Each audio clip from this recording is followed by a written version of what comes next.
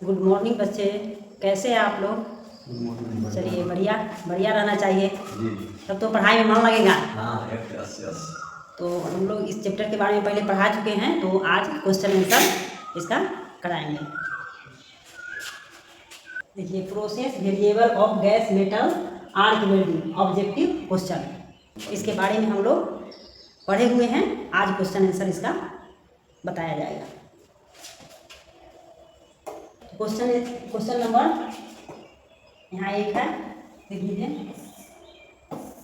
एक है क्वेश्चन, क्या कह रहा है? What is the most important parameter in controlling metal transfer in gas metal arc welding. यानी गैस मेटल आर्क वेल्डिंग में ट्रांसफर को नियंत्रण कंट्रोल कैसे किया जाता है? What is the most important parameter in controlling metal transfer in gas metal arc welding. यानी gas metal transfer को कंट्रोल करने में सबसे महत्वपूर्ण पैरामीटर क्या है? तो यहाँ ए नंबर में आ गया आपको इलेक्ट्रोड का साइज। दूसरा हो गया आर्क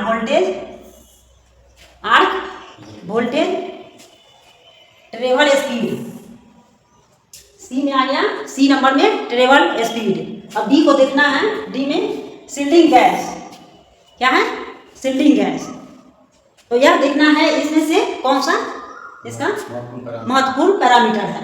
इसका आर्क वोल्टेज, इसका बी नंबर है, ठीक है। यह देखिए, इसका बी नंबर है आर्क वोल्टेज। तो अब हम दूसरा क्वेश्चन को बारे में देखेंगे। देखिए, दो नंबर क्वेश्चन क्या कह रहा है?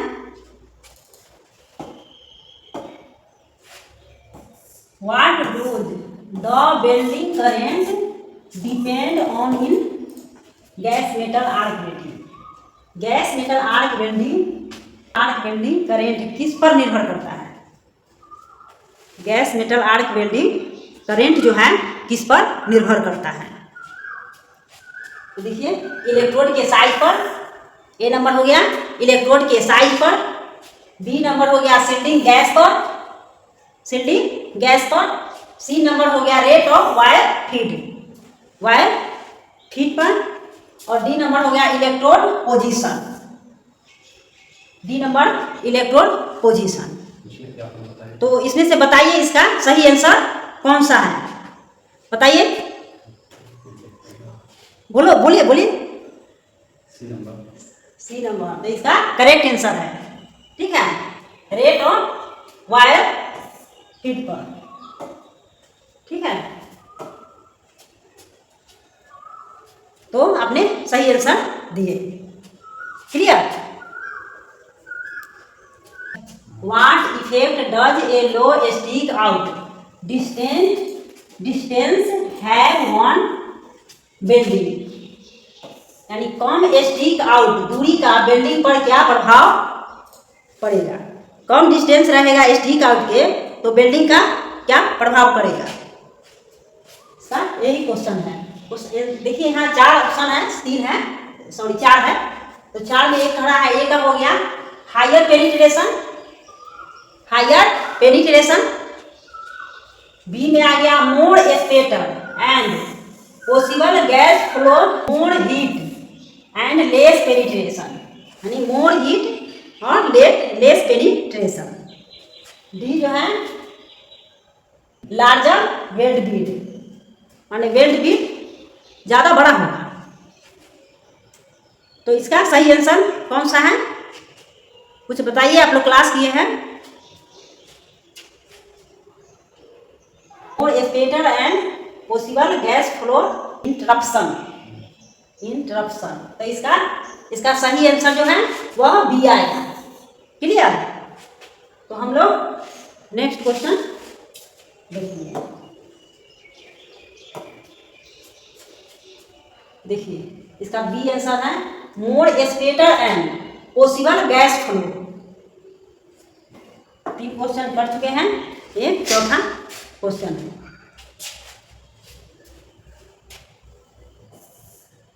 The ideal stick out for spray transfer arc is between which values. Spray transfer arc के लिए आदर्श स्टिक आउट किस बीच होता है? तो स्टिक आउट जो है किस किस बीच होता है? स्प्रे ट्रांसफर के लिए स्टिक आउट कितना होता है? स्प्रे ट्रांसफर के लिए स्टिक आउट कितना होता है? पढ़े ना स्टिक आउट कितना होता है? स्टिक आउट पढ़े हैं ना कितना होता है से, तो यही हम लोग देखेंगे। ए में हो गया आपको 6 से 13 mm, 6 से 13 mm। बी का देखिए 10 से 20 mm, बी नंबर है 10 से 20 mm। अब सी को देखना है 13 से 32 mm, 13 से 25 mm है। क्लियर। डी में देखना है 25 से 35 mm। डी में क्या है 25 से 35 mm। तो इसका सही आंसर का बता रहा है, तो इसका सही आंसर सी आएगा। क्लियर। हाँ, शॉर्ट सर्किट के लिए 6 से 13, शॉर्ट सर्किट के लिए 6 से 13 और स्प्रे ट्रांसफर के लिए 13 से 25 mm। सी है इसका 13 से 25 mm। लो 5वां question, which factor controls the arc travel speed in gas metal arc welding? Which factor controls the arc travel speed in gas metal arc welding? Gas metal arc welding में arc travel speed को कौन सा कारक नियंत्रण करता है, यानी कौन सा कारक को कंट्रोल करता है? वेल्डिंग करेंट ए में देखना है इसका वेल्डिंग करेंट, बी हो गया इलेक्ट्रोड साइज, सी का हो गया वेल्डिंग पोजीशन, डी हो गया इलेक्ट्रोड पोजीशन। इसके बारे में बताइए कौन सा इसका सही आंसर होगा। इसका सही आंसर बोलिए, आप लोग को याद है तो बोलिए, क्योंकि इसका क्लास किए हुए हैं। तो सही आंसर वेल्डिंग करेंट। इसका सही आंसर क्या है? ए है, वेल्डिंग करेंट। Okay, clear.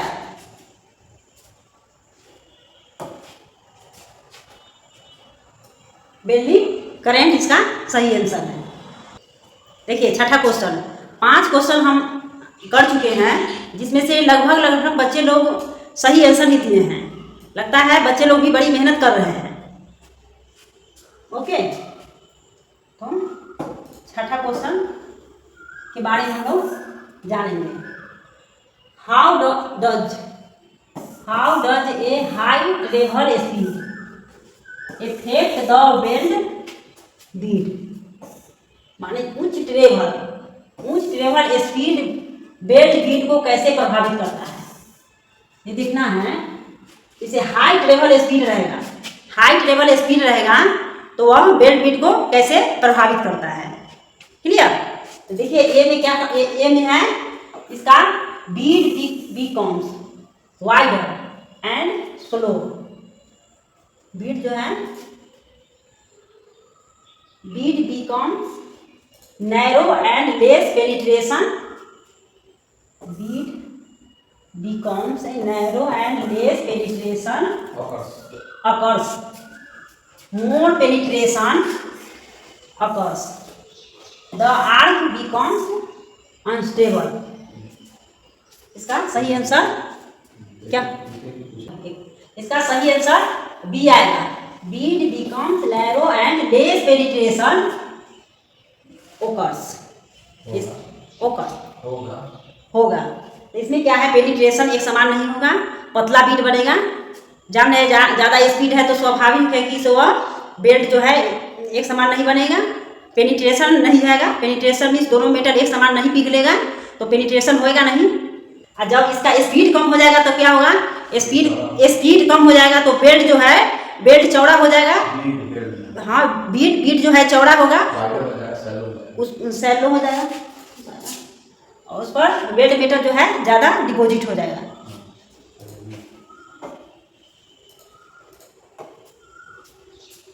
इसका सही आंसर बी है।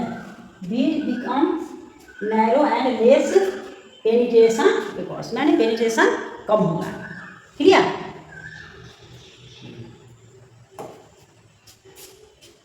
तो हम लोग 7वां क्वेश्चन में आ गए।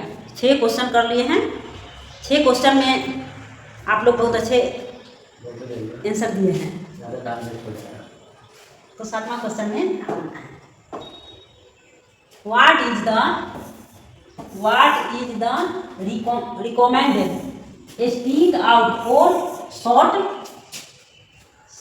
सर्किटिंग आर्क इन गैस मेटल आर्क वेल्डिंग में शॉर्ट सर्किट आर्क के लिए अनुशंसित स्टिक आउट क्या है? द रिकमेंडेड, अच्छा, what is the recommended stick out for short circuit? Short circuit के लिए स्टिक आउट कितना होना चाहिए? शॉर्ट सर्किट के लिए स्टिक आउट कितना होना चाहिए? जो बताए थे अभी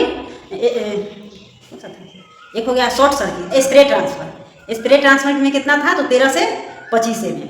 और यहाँ पूछ रहा है शॉर्ट सर्किट के बारे में। तो शॉर्ट सर्किट 6 से 13 है। हाँ, 6 से 13 है। नोजल के टिप और इलेक्ट्रोड वायर के टिप के बीच के दूरी को हम स्टिक आउट बोलेंगे। क्लियर।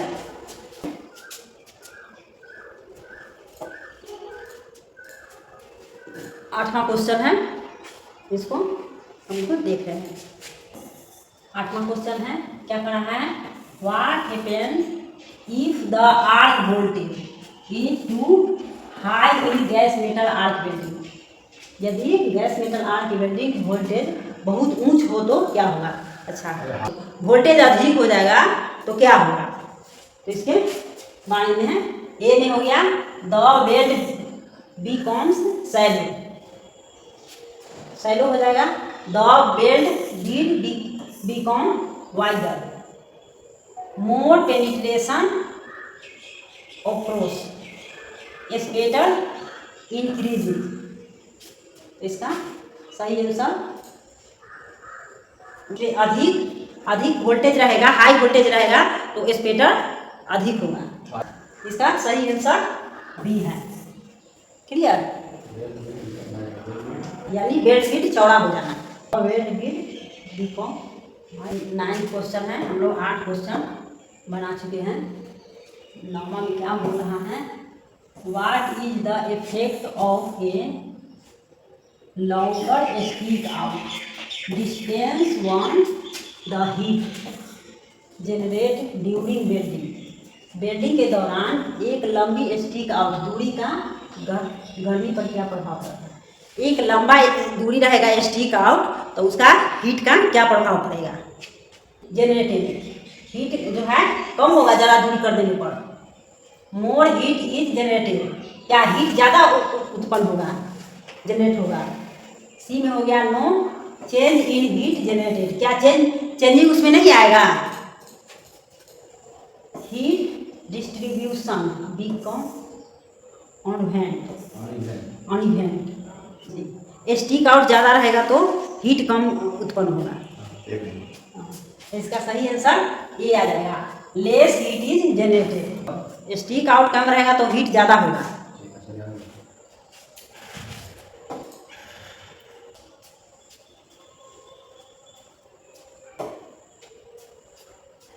देखिए 10 नंबर क्वेश्चन है। 10 नंबर क्वेश्चन क्या करना है? What is the effect of slow arc travel speed? Arc travel speed कम रहेगा तो इफेक्ट क्या होगा? आर्क ट्रेवल स्पीड कम रहेगा तो क्या प्रभाव पड़ेगा? देखिए 1 नंबर में देख लीजिए क्या है? The Beed becomes narrow, narrow means पतला होना। बीड जो बनेगा वह पतला बनेगा। द शैलो मीन्स मोटा, क्या बीड ज़्यादा चौड़ा बनेगा। The welds pool size decrease, weld pool जो बनेगा वह कम बनेगा। Less penetration occurs. तो इसका सही आंसर क्या होगा? कम रहेगा तो इसका द बीट बिकम नैरो, यानी इसका सही आंसर नहीं, इसका बी होगा सही आंसर। ठीक है, इसका सही आंसर बी आएगा। The beat becomes wider and shallow.